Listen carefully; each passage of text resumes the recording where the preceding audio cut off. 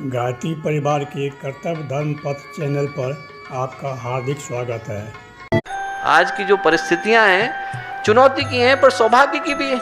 यदि रावण ना आए होते तो राम के आने की आवश्यकता क्या थी। जब चुनौतियां आती हैं तभी तो आदमी को अपने पराक्रम को दिखा पाने का अवसर मिलता है। और आज की जो परिस्थितियां हैं वो आई इसलिए हैं कि जो हम प्रज्ञापुत्र हैं वो अपने अंदर छिपे हुए देव मानव को पहचान सकें और ये पहचान सकें कि ये जीवन, ये जन्म जो अभी चल रहा है वो सिर्फ व्यामोह में डूबने के लिए नहीं मिला है। न जाने कितने जन्म मिले हैं पहले, न जाने कितने बाद में मिलने वाले हैं। एक बार का अवसर है जब गुरुदेव ने पुकारा है, महाकाल ने पुकारा है, जब हम अपने जीवन को आहूत करने का अवसर मिला है। गायत्री परिवार के लोगों, कान खोलकर सुन लें।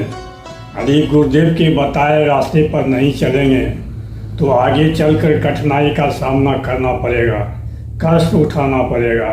केवल पूजा पाठ करना, यज्ञ में भाग लेना, कर्मकांड करना, किताब पढ़ना पढ़ाना गुरुदेव का काम नहीं है। गुरुदेव का मूल उद्देश्य है, गायत्री परिवार का मूल उद्देश्य है युग परिवर्तन। और युग परिवर्तन का मूल मंत्र है अपने काम में ईमानदारी का समावेश करना।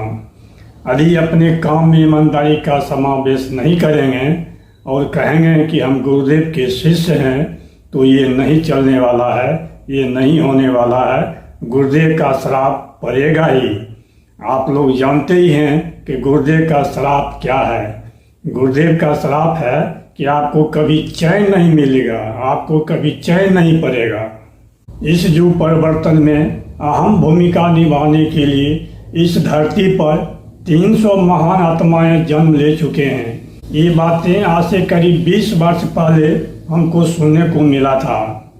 इन महान आत्माएं में मोदी जी को, योगी जी को और पूर्व CJI रंजन गोगोई जी को अगर शामिल किया जाए तो हम समझते हैं कि कोई गलत नहीं होगा।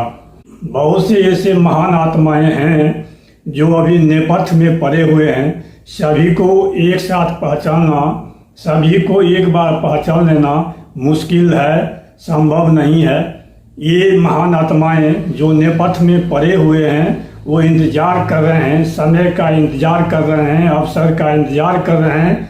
जो ही अवसर मिलेगा हम लोगों को देखने में आ जाएंगे कि ये महान आत्माएं सामने आ चुके हैं। 20 साल पहले एक बात और हमें बताई गई थी कि पूरे विश्व की करेंसी एक होगी, जो कि ये बातें हम गुरुदेव से कभी सुने नहीं हैं, ना पढ़ने को मिला है। लेकिन मुझे सुनने को मिला था कि पूरे विश्व की करेंसी एक होगी। और जो अभी दिख रहा है, हम लोग देख पा रहे हैं कि ब्रिक्स का जो सम्मेलन हुआ उसमें एक करेंसी पर बात हुई कि ब्रिक्स का एक अलग करेंसी हो। ये हमको ऐसा लगता है ये उसी का एक अंग है, उसी का ये एक कदम है।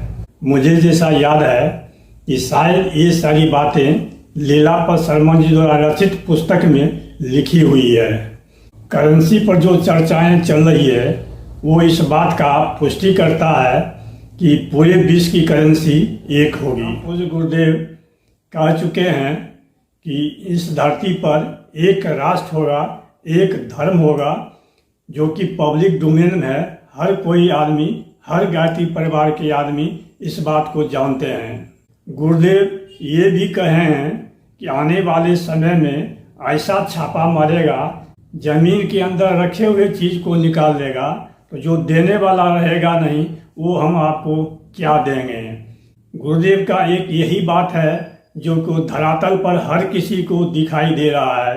देख रहे हैं आज कितना छापा पड़ रहा है। इतना छापा पहले कभी पड़ता था?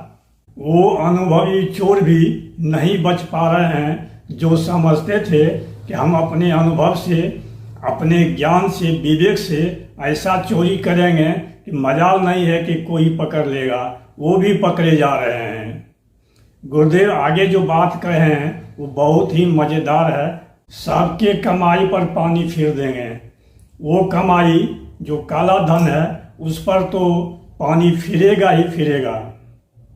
गुरुदेव आगे कहे हैं समाज में विषमताएं रहेगी नहीं, सभी एक समान रहेंगे, भाई भाई होकर रहेंगे, कोई छोटा बड़ा नहीं होगा, सब मिलजुल कर रहेंगे, सब आपस में मिलजुल कर रहेंगे। गुरुदेव आगे कहते हैं कि जिस कमजोरी के कारण, जिस दुर्बुद्धि के कारण हम 2000 वर्ष गुलाम रहे हैं, इतना वर्ष गुलाम कोई देश रहा है क्या? वो कमजोरी भी दूर होगी, वो दुर्बुद्धि भी खत्म होगी और हम सब एक रहेंगे, एकजुट हो जाएंगे। सुन रहे हैं नारा चल रहा है, बटेंगे तो कटेंगे, एक रहेंगे नेक रहेंगे। नारा देख रहे हैं, आ रहा है ना, एक रहेंगे नेक रहेंगे। ये सब क्या है? उसी का एक अंग है कि जो भी कमजोरी था समाज में, जिसके कारण हम गुलाम रहे, वो कमजोरी दूर हो जाए। दुनिया में जो उथल पुथल देख रहे हैं, खासकर भारत में जो उथल पुथल दिखाई दे रहा है, ये युग परिवर्तन का ही एक प्रक्रिया है। आप कह सकते हैं ये कौन सी बड़ी बात है, युग परिवर्तन तो होते ही रहता है, लेकिन खास है। खास क्या है? ये युग परिवर्तन जो होगा पूरे विश्व के लिए होगा, केवल भारत के लिए नहीं है। हर मनुष्य को बदलना होगा, हर मनुष्य के विचारों को बदला जाएगा। पूरी धरती पर स्वर्ग का अवतरण और मनुष्य में देवत्व का उदय होगा। ये कितना बड़ा काम है, छोटा काम तो है नहीं। जो परिवर्तन होना अलग बात है, लेकिन ये जो परिवर्तन हो रहा है ये खास है, ये विशेष है, क्योंकि पूरे विश्व में होने जा रहा है। यदि आप अपने को गुरुदेव का कोई समझते हैं तो अपने दिनचर्या में, अपने रोजमर्रा की जिंदगी में ईमानदारी को लाएं, ईमानदारी को समावेश करें, क्योंकि गुरुदेव का उद्देश्य और गुरुओं से, कथावाचक से अलग है। कथावाचक धर्म की बात कहते हैं, कहानी कथा सुनाते हैं, पौराणिक कथा सुनाते हैं, लेकिन परम पूज्य गुरुदेव श्री राम शर्मा आचार्य जी का उद्देश्य ये नहीं है। उनका उद्देश्य है धरातल पर स्वर्ग का अवतरण, मनुष्य में देवत्व का उदय। और ये उद्देश्य, ये एम गुरुदेव का नहीं बल्कि महाकाल का है। अपने को केवल सीताराम राधे श्याम तक सीमित न रखें। आप सबको छत्रपति शिवाजी महाराज, महाराणा प्रताप जैसा आदमी बनना होगा और छत्रपति शिवाजी और महाराणा प्रताप बनकर असली शिष्य होने का प्रमाण प्रस्तुत करना होगा। आज बस इतना ही। वीडियो के अंत तक बने रहने के लिए धन्यवाद। ओम शांति, ओम शांति, ओम शांति।